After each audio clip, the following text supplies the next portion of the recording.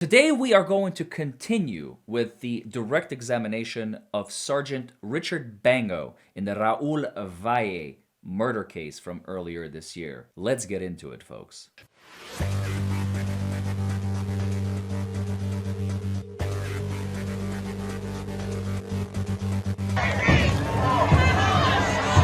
You must follow the law. The law says... Glorious. Is it a lawsuit? Probably. Why not? Well, hello, everybody, and welcome back to Buckle Up. It's the Law with Attorney Larry Forman. Folks, today we are going to continue with the direct examination of the next witness in the Raul Valle murder case. For those of you who don't know the story, this is a story of a gentleman who was a kid at the time. He was about 16, and he stabbed and injured 3 people and stabbed and killed one individual, Jimmy McGrath, in Connecticut back in 2022, right when the Johnny Depp trial was in full swing. So without further ado, let's get into the next witness, Sergeant Richard Bango, and see what he has to say about his investigation. Good afternoon, sir. Good afternoon. Can you please tell the ladies and gentlemen of the jury who you're currently employed by? The Shelton Police Department. And how long have you been employed by the Shelton Police Department? A few months shy of 25 years. And what's your current title? Right now, I'm a patrol sergeant. And did you have to go through any training to be a police officer? Yes, I was hired in 2000 where I went to the police academy. After graduating, I went to patrol. In 2010, I was promoted to detective, where I served in the detective bureau for 14 years until I was promoted to sergeant. And what kind of things did you investigate? What kind of crimes did you investigate in the detective bureau? In the detective bureau, mostly felonies, for the most part. Things a little bit beyond what patrol can handle. I want to direct your attention to May 15th of 2022. Were you working for the Shelton Police Department on that day? Yes. In what capacity? I was a detective.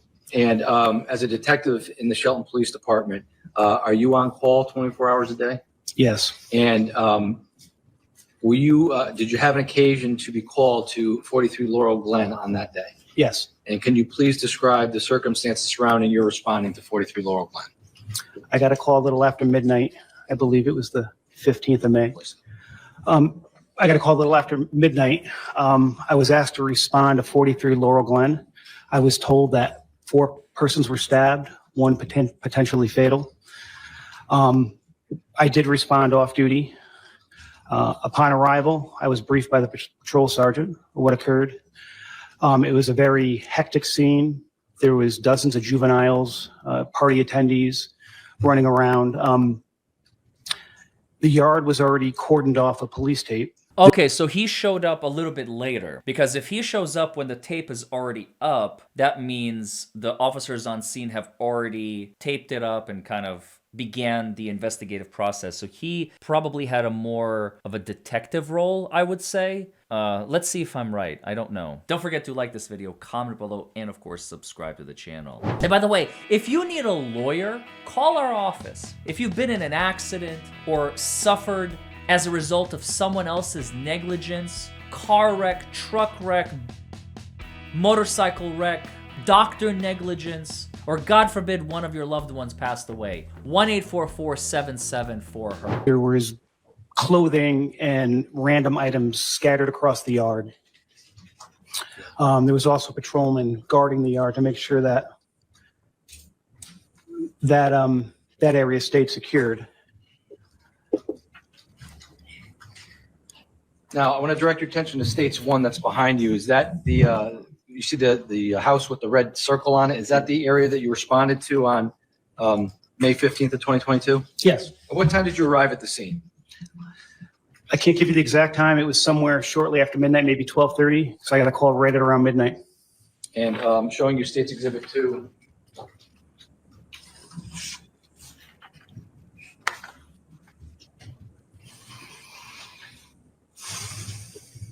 Is that the home that you responded to on May 15th of 2022? Yes. And what were the lighting conditions like that night? It was dark. It was dark in the yard. The most of the light that we had was illuminated through what we illuminated. Was it pitch black though? Not pitch black. Could you see? Yes. Somewhat? Yes. Yes. show you State's Exhibit 5.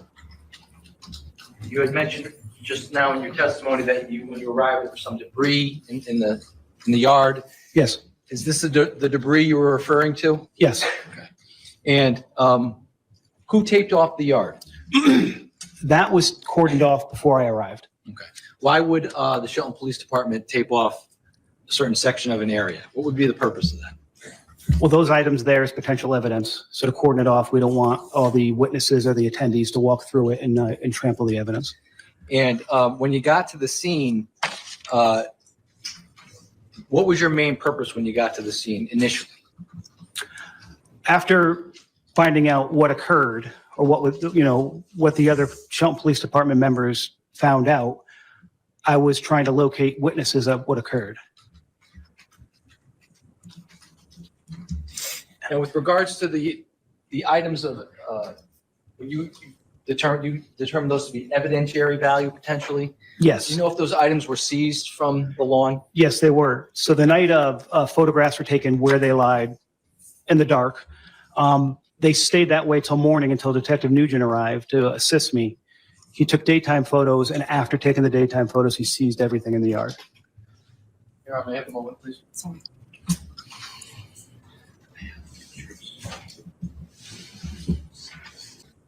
All right. If there's no objection, I would offer these as full exhibits at this time. No objection, Your Honor. Questioning.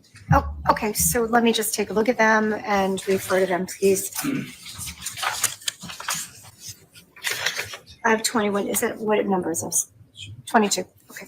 So I'll just note for the record that State's Exhibits 21 through 29 have been shown to Defense Counsel. Defense Counsel has no objection at this time to these particular exhibits being marked as evidence as for ID only, counsel, or for full? No, Your Honor, it's full. Well, all right, court will take the exhibits in as full exhibits at this time then. Thank you.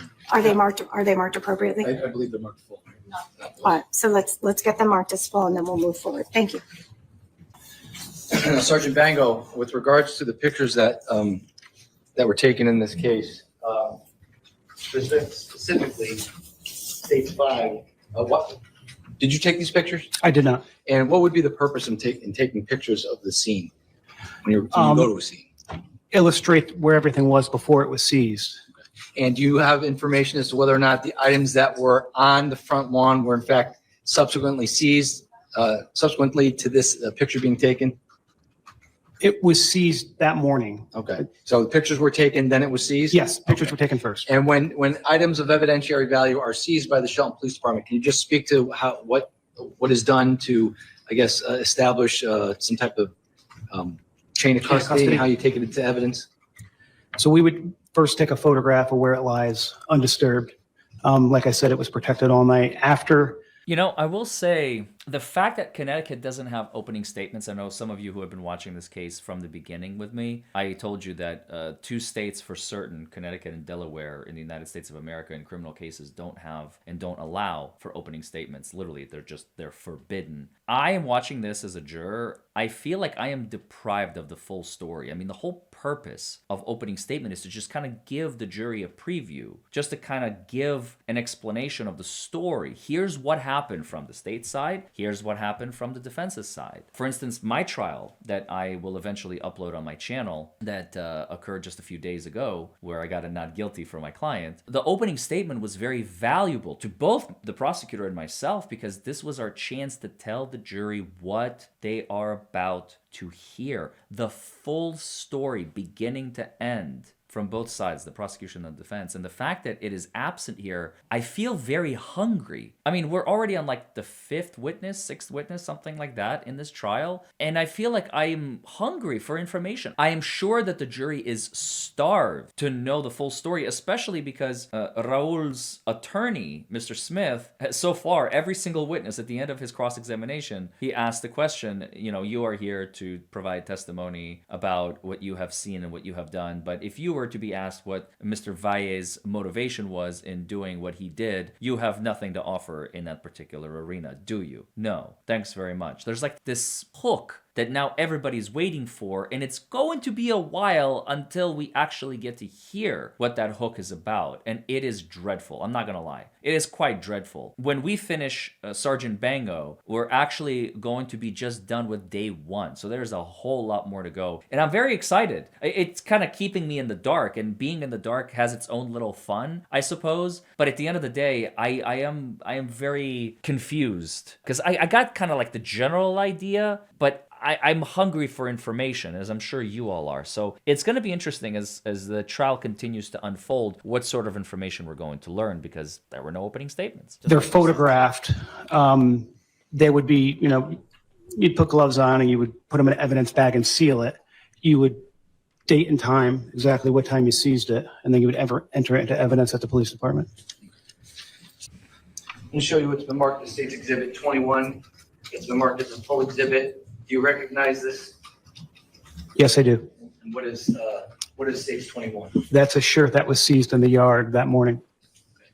And obviously, this is a picture of what was seized, not at the yard.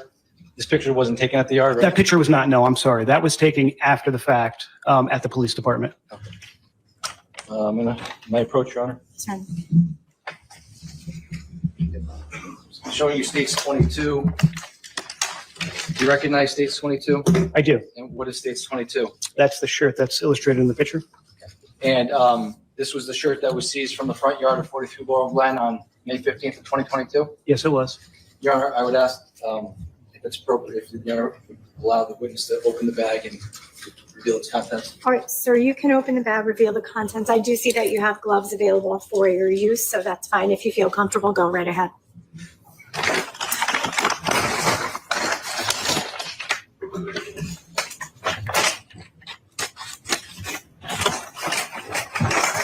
It's interesting how he's opening the bag from the bottom rather than the top. I wonder why that is. Why did he choose to do that?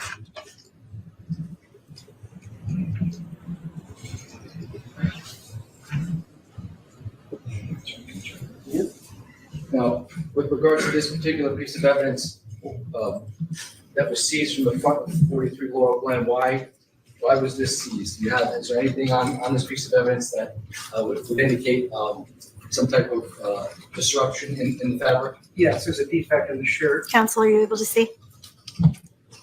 Yes, Your Honor. You can feel free to relocate if you want. Thank you.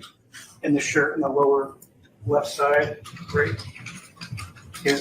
Can you kind of hold up? Yeah, I'm sure.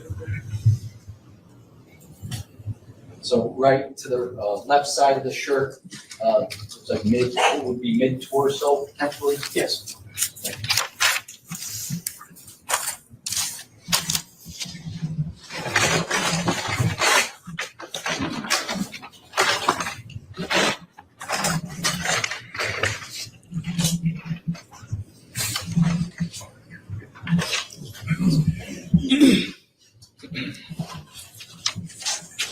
I'll show you what's been marked as State's Exhibit 23. It's been marked as a full exhibit. Again, is this a T-shirt that was seized from the front yard of 43 Laurel Glen? Yes, it was. Okay. And again, was seized in the normal course of packaging, how you would package items of evidentiary value? Yes, it was seized, photographed before it was seized and put in that bag, and then later at the police department, it was photographed again. And when things go back to the police department, how are things secured? Does anybody have access to your evidence? No, only the evidence officer. It would go from the seizing officer, detective, right to the evidence officer into evidence. I'll show you State's 24. It's been marked as a full exhibit. Again, with these items that were seized from the area of the yard of 43 Laurel Glen. Yes. And were these seized, again, in the same manner in which the previous two exhibits that we just spoke about were seized by the Shelton Police Department? Yes. To show you State's 25. These items in State's 25, items that were also seized from the front yard of 43 Laurel Glen. Yes. Items of clothing. And I'm going to show you State's 26. Does this appear to be? It's got to be the clothes that were worn by the victims, both the ones who survived and the one who didn't, probably. The same sweatshirt and t-shirt just maybe flipped over from states 25? Yes. In states 27, again, the same t-shirt and sweatshirt? Yes. Now, I want to direct your attention to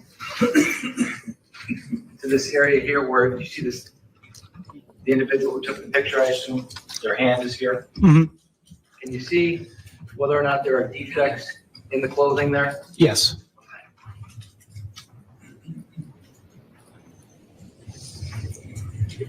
And again, that would be, for the record, I'm pointing to what appears to be a defect in a black shirt where the individual who has a black glove on, middle finger, just north of the middle finger there. And there's also a defect on the green fabric just north of the index finger of the person's gloved hand in the picture. Court will let the record reflect same. States 28. That would be a picture of the same black t-shirt that was in states 27. Yes. That's just an up-close picture of the defect in that t-shirt. Yes. In states 29, again, up-close picture of the green sweatshirt that was in states 26, I believe. Again, the defect in the shirt. Yes.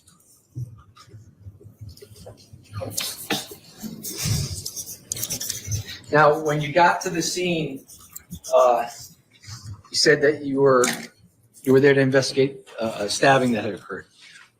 What things did you do that night when you got there? So that night, myself and other members of the Shelton Police Department interviewed witnesses, attendees of that party. Now, when you interviewed these witnesses, let me take you back. When you got there, what was the scene like? It was very hectic. There was dozens of kids running around, their parents showing up looking for them. Hard to keep everybody, kind of trying to keep them off the yard, trying to ascertain who saw what, who was at the party, if anyone arrived afterwards. So we did our best to try to speak with everybody there. Did you have it when you spoke to many witnesses there? Yes. And when you spoke to the witnesses there, did you have any indication that alcohol may have been present? Yes. So there was a bottle, I believe it was a bottle of whiskey, if memory serves, in the yard. Also, upon speaking with a lot of the juveniles, it appeared they were drinking. Here we go. So remember, Smith asked some of the other previous witnesses if they noticed that any of the juveniles had been drinking. Well, now the Sergeant Bango, he's telling us that he was aware of the fact that some of the individuals had been drinking. Okay, finally, we're getting somewhere. I didn't feel sobriety anybody, but I was more concentrated on the stabbing, but it appeared they were drinking. And yeah, when you have a stabbing incident with a potential murder, obviously you're not going to start citing underage drinkers for underage drinking. So they got lucky. They got off light there. prior to you interviewing any witnesses at the scene, did the Shelton Police Department have a body-worn camera at that time? So this was right at the time, just before the body-worn cameras was mandated by the state, and they were just coming into our department. So even though we had them, they weren't issued to all the members of the department.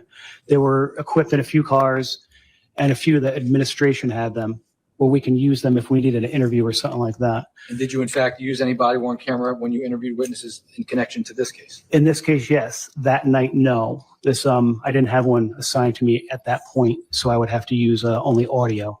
Okay. So how many interviews would you say that you conducted that night when you got to the scene? Me personally, or all of us? You personally first. Me personally, that night, 2. And collectively, how many of these interviews did you say you would? Dozens. Me personally. And based on your interviews of those witnesses, what, if anything, did you do next? So I interviewed a witness at the scene. I believe his name was Enrico Fiola. After interviewing him and his mother,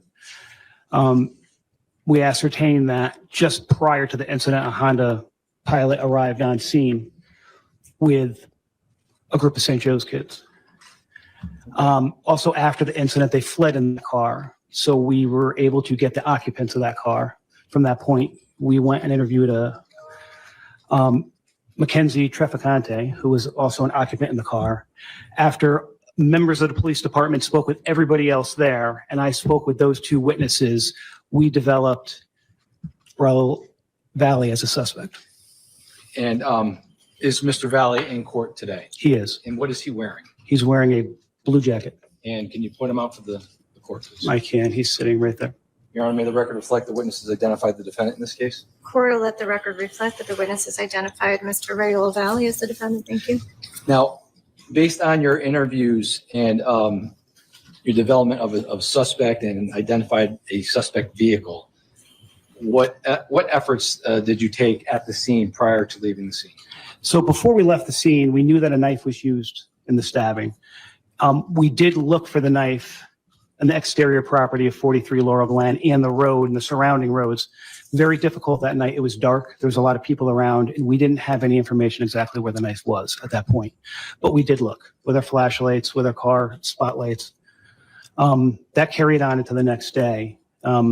Moving fast forward, we had 2 state police cadaver dogs arrive in the daylight, and they searched the entire area, the surrounding streets, the property, with members of the police department looking for the knife. And if I direct your attention to States 1, can you indicate on States 1 where the general area you conducted the initial search for the knife you just described? Sure. So here's the property with the front yard.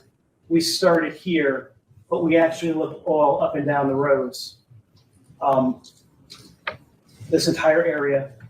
We also did a neighborhood canvass and spoke to all the neighbors.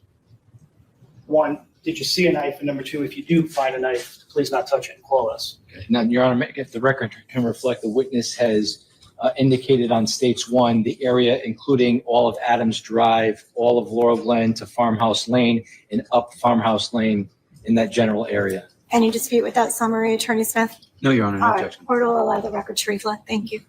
Now, after you did the initial search that night and the next day for a knife, what did you do next? So after we did our interviews that night, the sun was coming up. I interviewed You can have a seat. Tom and Charlie Connery at their residence with their parents present.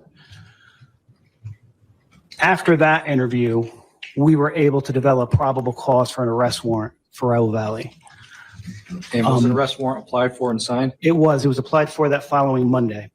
And contemporaneous with the signing of the arrest warrant, were you able to locate the Honda Pilot that was the subject of your interviews? So we were. So that night, if I can back up a few of the steps we took, after we knew who the occupants of the Pilot were, we went to Milford and we attempted to speak with Mr. Valley, but nobody was home. No one answered the door. So then we went to another occupant's residence, Tyler Da Silva. When we arrived there, we were unable to speak with him also. We reached out to the driver of the Pilot, Jack Schneider. We were unable to speak with him. So then we went back to Mr. Valley's house and still no answer. I obtained his cell phone number and I called him numerous times. I wasn't able to get a hold of him. So we moved on with the investigation. The next day, we sent Norwalk Police Department out to Jack Schneider's residence and asked if they can locate the car. When they arrived, it was there, so we requested that they tow it, and they towed it back to our secured sally port at the Shelton Police Department. Your Honor, I have first Certainly. States 30 through 33. I don't think there's an objection to them being marked as a full exhibit. No objection, Your Honor. All right. You've had the opportunity to take a look at them, Attorney Smith? I did, Your Honor. All right. Very good. So court will go ahead and allow in as full exhibits with no objection 30 through 33 on behalf of the state. Properly marked as full. No ID. We'll just hand it back to Madam Clerk. Thank you. Now, when you were able to secure the Honda Pilot that was the subject of the investigation, you said you secured it in the sally port? Yes. And do you know if pictures were taken? Yes. Well, we applied for a search warrant first when it was granted. Then once we executed that search warrant days later, we took photographs, the interior and exterior of the Pilot. Show you State's Exhibit 30, that's been marked as a full exhibit. You recognize State's 30? I do. And what is State's 30? That's the Honda Pilot. And what is the purpose of taking pictures of the exterior and interior of the motor vehicle that's seized? Well, to show the condition it was in when we seized it. And Showing you State's 31. Again, what is State's 31? that's a picture of the windshield of the Pilot. Showing the defect in the windshield. Yes. State's 32. Picture of, what does this picture show? It's the interior of the Pilot. What would be the purpose of showing, taking pictures of the interior of the pilot? Well, the state of it was when we took it, and if we were going to seize any evidence, the state of the evidence it would be in. This would have been taken prior to any seizure of any evidence? Yes. State's 33, this is the, obviously the driver's side again, picture of the driver's side of the pilot. Yes.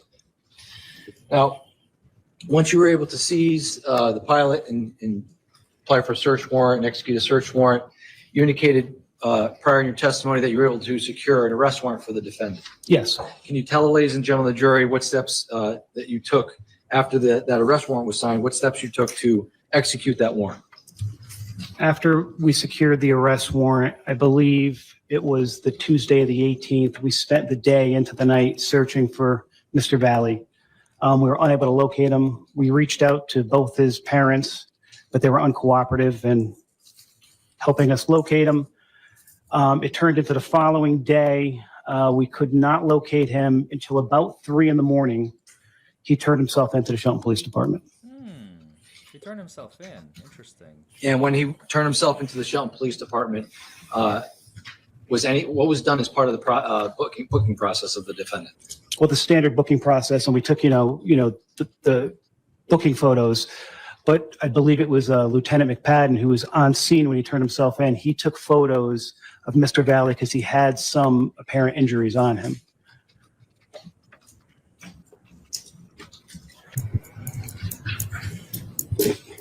So you indicated that pictures of the defendant were taken some 72 hours after the incident when he turned himself in on May 18th? Yes. Okay. I'm going to show you what's been marked as Exhibit 34 as a full exhibit. You recognize 34? I do. And what is 34? That's a picture of Raoul Valley at the time of booking. On May 18th of 2022. Yes. States 35. Again, what does States 35 show? A picture of Raoul Valley on that date. States 36. Same. A little closer. You can see some marks up there near his forehead, light marks. States 37. That's the back of Raoul Valley's head. Raoul Valley's head. Does there appear to be any injuries to the back of his head? I can't see anything from here. States 38. Showing you States 38. That's the back of his head again. From here at this angle, I can maybe a little bit of redness under the hairline. Okay. States 39. That's Mr. Valley's right arm. There seems to be some light scratch marks. States 40. Seems to be a older wound. It does appear that that's his right hand. It appears that it looks like it's scabbed over a little bit. States 41. Left hand. That's his left hand, a scrape on his palm. States 42. Any markings on his hand there? Some light marks on his outer wrist. That's really all I can see there. States 43. Again, this is his left hand. Any markings there? I can't see any. Now, once the defendant turned himself in on the 18th, pursuant to the arrest warrant that you had secured, did the investigation stop there? No. Can you please tell the ladies and gentlemen of the jury what, if anything, you did after that point in time? So myself and members of Detective... He just said that was not the end of the investigation. Why would you throw in a what if anything? Just say, so what have you done since then? You sound a lot more intelligent and a lot less like Elaine Bredehoff, buddy. Like, come on, get with the program. Or Adam Lally. They both went to the what if anything school of law, apparently. Located every attendee to that party. And the party that was connected to this at Lazy Brook, interviewed all of them, some of them multiple times. At this point, I did have a body-worn camera, so most of them were interviewed on video. Yeah, so we interviewed everybody there at that point just to strengthen the case. And what, if anything, did you glean, not what people said, but what, if anything, did you glean from those interviews with regards to the connection to Lazy Brook Road and maybe the entire street of Laurel Glen? Well, we learned that there was a fight that preceded this incident at Laurel Glen at 5 Lazy Brook. That was predominantly a St. Joe's graduation party. A fight occurred there where attendees of that party got into the Honda Pilot and arrived at Laurel Glen. There was 7 people in the car, including Mr. Valley. So during the investigation, we had a concurrent investigation into the Lazy Brook party. So. Did you interview anybody from the Lazy Brook party? Yes, everybody. And subject to that interview, were you able to secure any type of video evidence from that party? Yes. After interviewing the attendees at that party, we secured a video of a fight that occurred in the garage of that party in the driveway, I believe from Isabel Molnar. That was seized and taken into evidence. Also, during the investigation, speaking of videos, we secured a video from the fight, from the incident that occurred in the lawn at 43 Laurel Glen.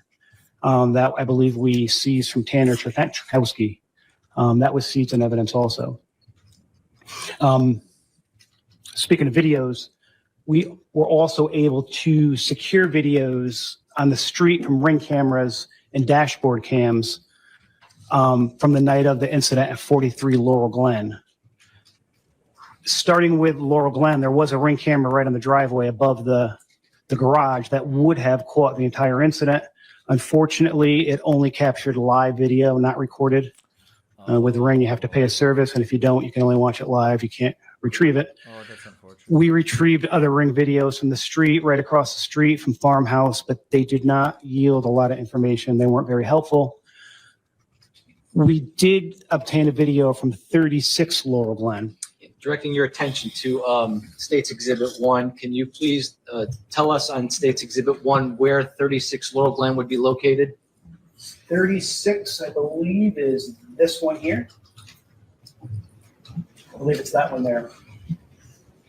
And why was 36 Laurel Glen important? So during the investigation, we learned after the Lazy Brook party, or the Lazy Brook incident, the St. Joe's kids got into the Honda Pilot and they arrived at 43 Laurel Glen, and an incident occurred in the street, or an altercation.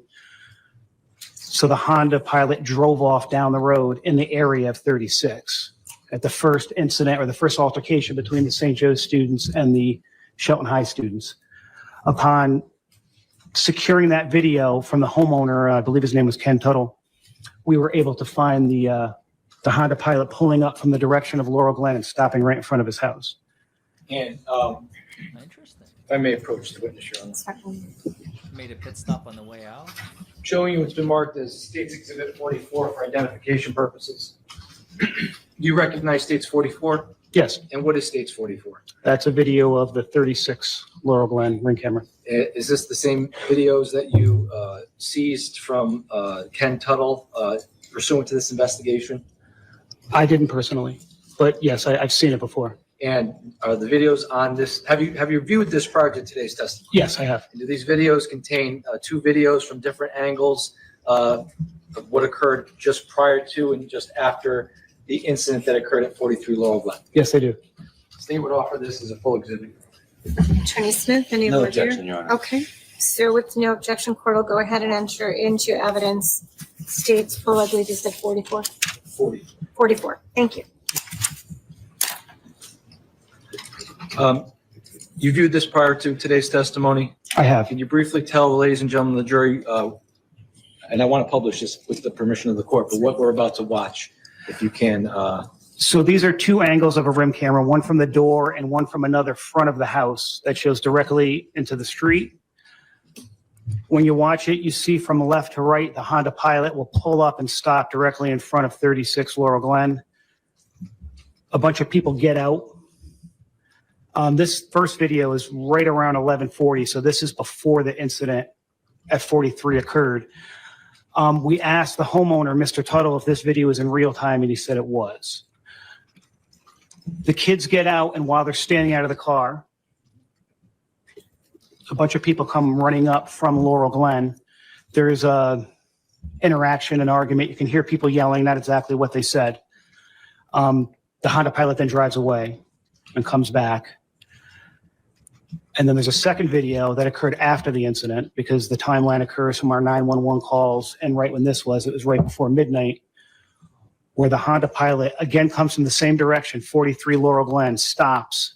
A bunch of people get out, another car pulls up, and somebody gets out and jumps in another car, and they all flee. With your permission, I'd like to publish to the jury. All right, why don't you go ahead and publish States 44? Here's the video.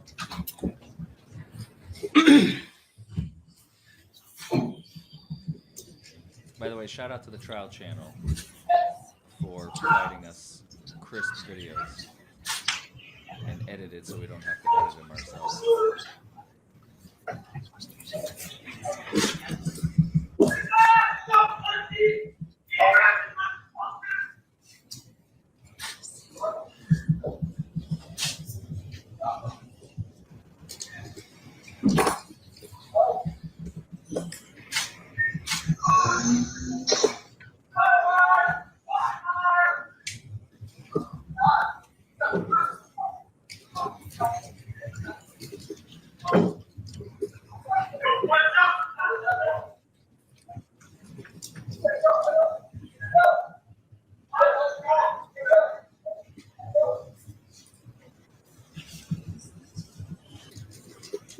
This next video is this different angle of the same video, It's the same video, just a different angle.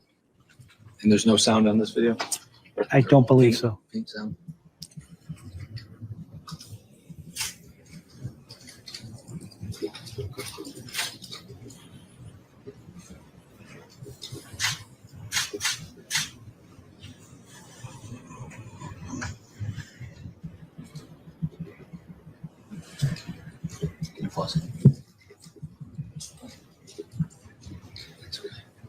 And those two videos that we just watched, it was around 11:40 p.m. on May 14th of 2022. Yes, So that would be shortly prior to the incident that occurred down the street of 43 Laurel Glen. yes, Then the next two videos we're about to watch happened just after. directly afterwards, yes.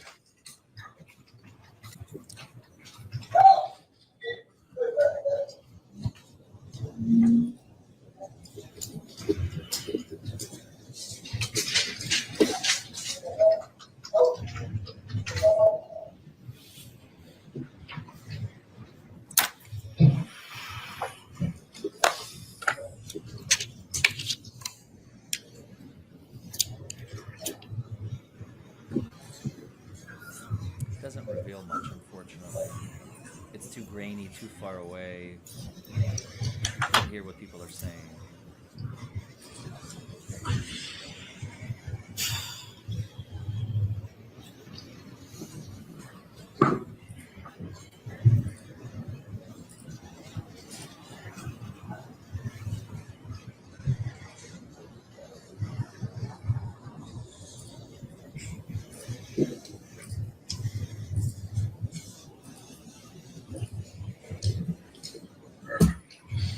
And this last video is the different angle of the same. I believe so. Same footage.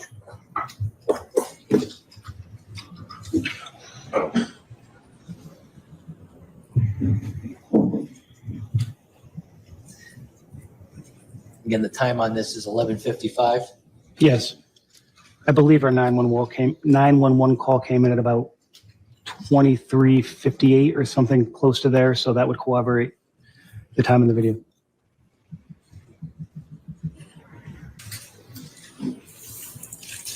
Now, were you able to seize any videos from across the street from 43 Laurel Glen?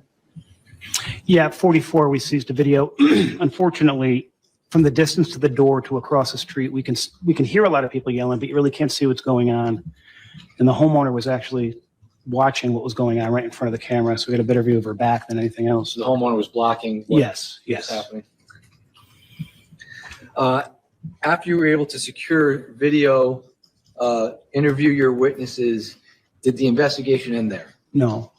What if anything, did you do There it is. next? So over the next several months, we were in contact with Tyler De Silva and Jack Schneider's attorneys, attempting to interview him. When we were finally able to interview them, we did. This was now November of 2022. 6 months later. After interviewing them, we received information, so we drove to the dead-end cul-de-sac portion of Adams Drive. And what was your purpose in driving to the dead end of Adams Drive? To locate the knife that was used in that incident on the 14th, And this was some 6 months after the incident? approximately 6 months. We actually went there, our first time there, we went there with Jack Schneider and his father.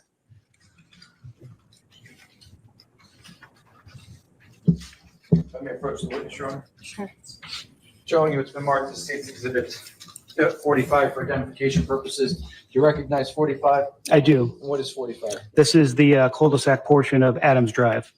Showing you, is this picture accurately reflect what the cul-de-sac of Adams Drive looked like at or near the time of the incident? No, this was 6 months later. 6 months later? Yes, Showing you 46.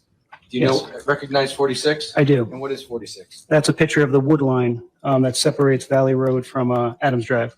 And does this picture indicate what the cul-de-sac area of Adams Drive looked like on or around the time you went back to Adams Drive 6 months later? No. What does this show? This shows a lot of the leaves are on the ground. The ground is covered where, it's November at this point, so So this is 6 months after the incident. yes. And showing you State's Exhibit 47. You recognize 47? Yes. And what is 47? So this is the stream that runs in the wooded area just behind there, in between Valley Drive and the end of Adams Drive. I would offer these as full exhibits, Your Honor. No objection, Your Honor. All right, no objection. Court will go ahead and take into evidence dates 45, 46, and 47. Thank you. Now, Sergeant Bango, directing your attention to States 1, can you just point to the area on States 1 where the cul-de-sac of Adams Drive would be, which is the subject of your current testimony? Okay. So just to reflect, the witness is identifying what appears to be a circular portion of Adams Drive towards the top of the photograph, slanted towards the right. Showing you 45, this is marked as a full exhibit. Again, is this the cul-de-sac that you drove to after you were able to interview Jack Snyder and Tyler De Silva? Yes, it was. And showing you 46. Again, is this the area, a little bit closer view of the wooded area that you were directed to investigate after those interviews? Yes, it was. And 47, again, this is the interior portion of that wooded area? Yes. Now, can you please tell the ladies and gentlemen of the jury, at that point in time in late November, what efforts you took to locate the knife in this area? So that day after the two interviews, while we were with Jack Schneider, we searched for the knife that day. We learned that day it's going to be very difficult because now most of the leaves have fallen off the trees. There's a stream running in between there. So after we realized we weren't going to find it, it was late in the day at that point too. We secured some canine sniffing dogs and some metal detectors, and we went back early morning the next day and we searched all day until we were running out of light. We unfortunately did not locate the knife, so we went back, I believe, 3 days later and did it again with metal detectors, and we did not locate the knife. We tried to narrow down where it would be in the woods. We picked up a rock that we thought maybe would weigh similar to a knife, and we threw it as far as we can from the street at the dead end portion, and it would reach the stream. So that wasn't good news. We talked to all the neighbors on that portion of Adams Drive. We asked them if anybody had found a knife. From May until that point, they said they hadn't. We certainly asked them if you did, please don't touch it and call us. But unfortunately, at this point, we've not found the knife. And after you took the efforts to The way that he described it, at this point, we have not found the knife. Sounds like they eventually do find the knife. attempts to locate We'll find the out. knife used in this case, did the investigation continue or did it end there? No, it continued. It slowed down at that point because we've interviewed everybody from both parties, like I said, numerous times. But just a month ago, we went back with an aerial drone with the West Haven Police Department, and we took some aerial photographs and videos of the entire area.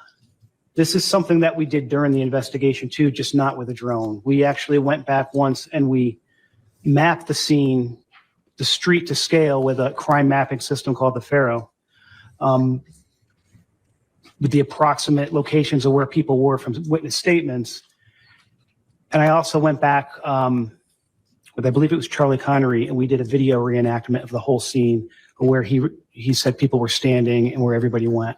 Wow. And with regards to the Pharaoh scan, you said that it's a mapping system. Well, it's a mapping system that can map points to scale exactly the way, feet from the corner, from the driveway.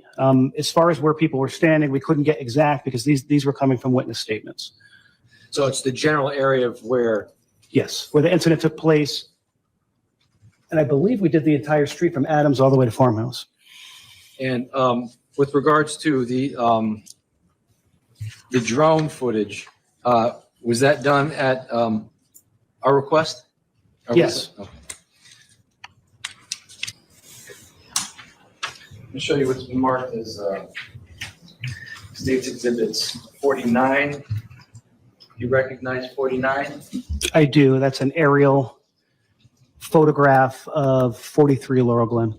And were you present when this photograph was taken? Yes, About what time of year was this taken? end of May.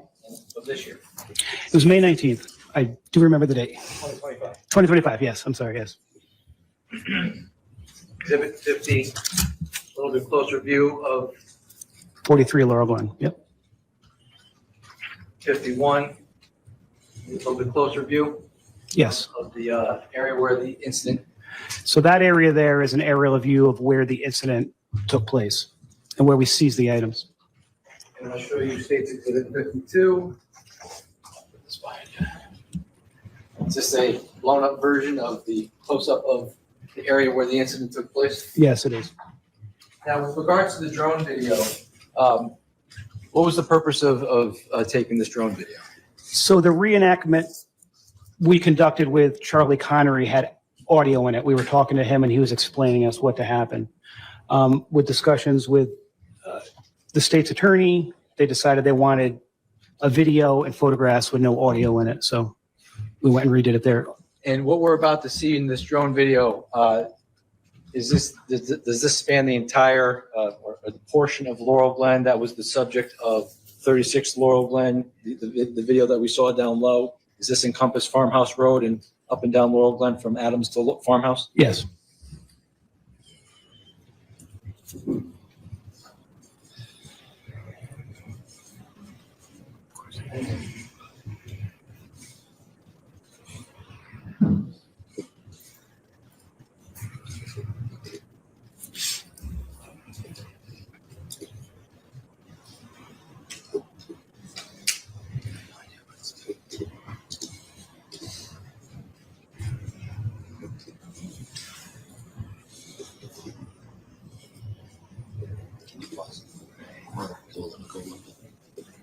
So that house there to the right is 36. So we paused it. Counsel, before you move on, let me just let the record reflect that we're publishing Exhibit 48. 48, correct, I'm sorry. So at 24 seconds, just for the record, this house right here that I'm pointing to there, what would that be? That's 36 Laurel Glen. So that is the house that's the subject of State's Exhibit 44. Yes.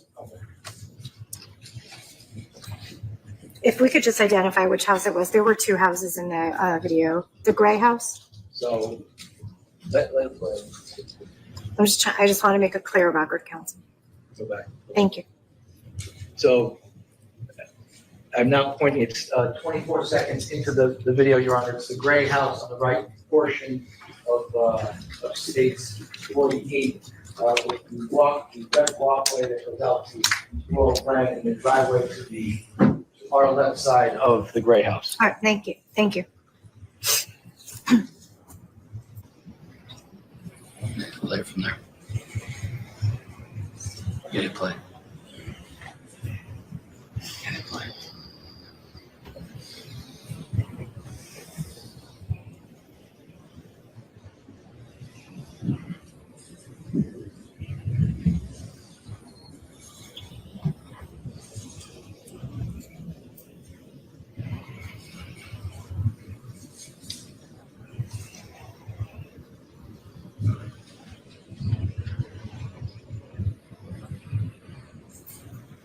That road that we're looking at now at 52 seconds would be Farmhouse Road.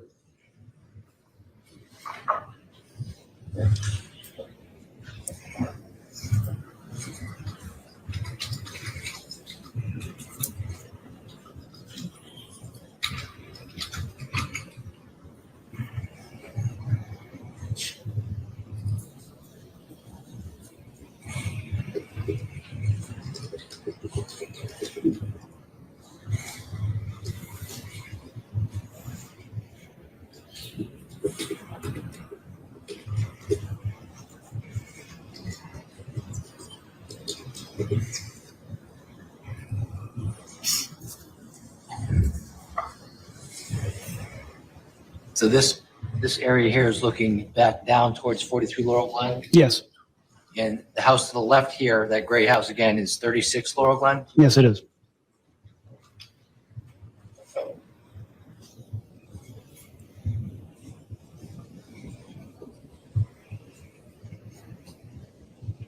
It's a nice house.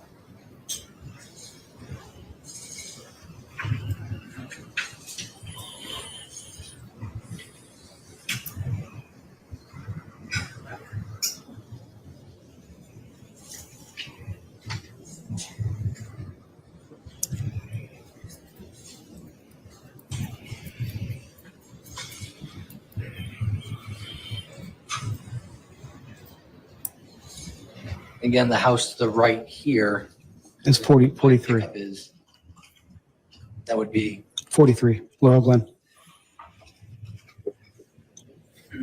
now. When you went out there on May 19th of 2025, were you asked by myself to do any measurements?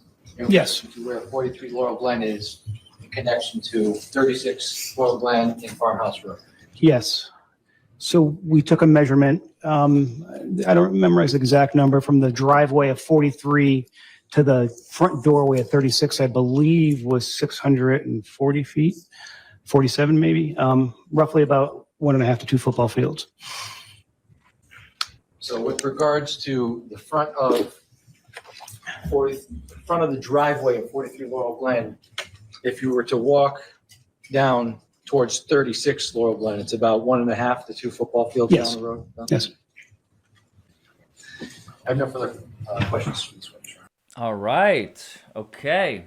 We're officially done with the direct examination of Sergeant Richard Bango. We have learned some very interesting information. He confirmed that the teenagers were there. They were drinking. He confirmed that within 72 hours, Raul Valle turned himself in after a warrant for his arrest has been issued. The interviews of the driver of the Honda Pilot and one of the other passengers did not happen until 6 months after the incident because they lawyered up, obviously. They were too close to the son, and I think that they were probably a little scared, and they had to have lawyers intervene and kind of, guide the process, if you will. I'm really looking forward to seeing what Smith is going to be able to accomplish on cross-examination. Sergeant Richard Bango. I think the cross here is going to be really, really good. So I'm really looking forward to recording and releasing that video, presumably tomorrow, unless something happens, in which case that video will take precedence. But yeah, as always, folks, I hope you're all learning. I hope you all are enjoying this case as much as I am. I am learning so much, and I cannot wait for more witnesses to take the stand, because with every witness, we're learning more and more about this case. So until then, folks, I hope you learned something. I love every single one of you, and I will see you all in the next video. Bye, everybody.